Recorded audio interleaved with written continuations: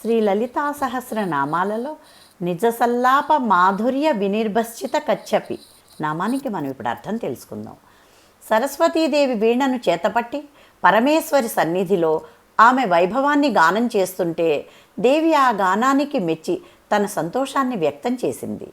దేవి సల్లాప మాధుర్యం చేత సరస్వతి సిగ్గుపడి తన వీణాతంత్రుల నుండి వెలువడిన నాదమాధుర్యం అల్పమని భావించి వీణావాదనం వ్యర్థమని, దేవి వాంగ్మాధుర్యం ముందు తన వీణానాదం వెలవెలపోతోందని భావించి వీణావాదనం విరమించింది.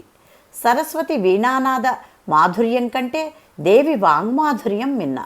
నారదుని చేతిలోని వీణకు మహతి అని పేరు, విశ్వావసు యొక్క వీణకు బృహతి అని పేరు, తుంబురుని వీణకు కళావతి అని పేరు, సరస్వతి వీణకు కచ్చపి అని పేరు. ఈ మధుర సన్నివేశాన్ని శంకర భగవత్పాదులు తమ సౌందర్యలహరిలో పశుపతి ప్రభావాన్ని వీణాతంత్రులపై గానం చేసే సరస్వతి పరమేశ్వరి వాంగ్మాధుర్యానికి సిగ్గుపడి వీణానాదం వ్యర్థమని భావించి వీణాగానం మానుకుందని శంకర్ల వారు నిరూపించారు. శ్రీమాత్రే నమః.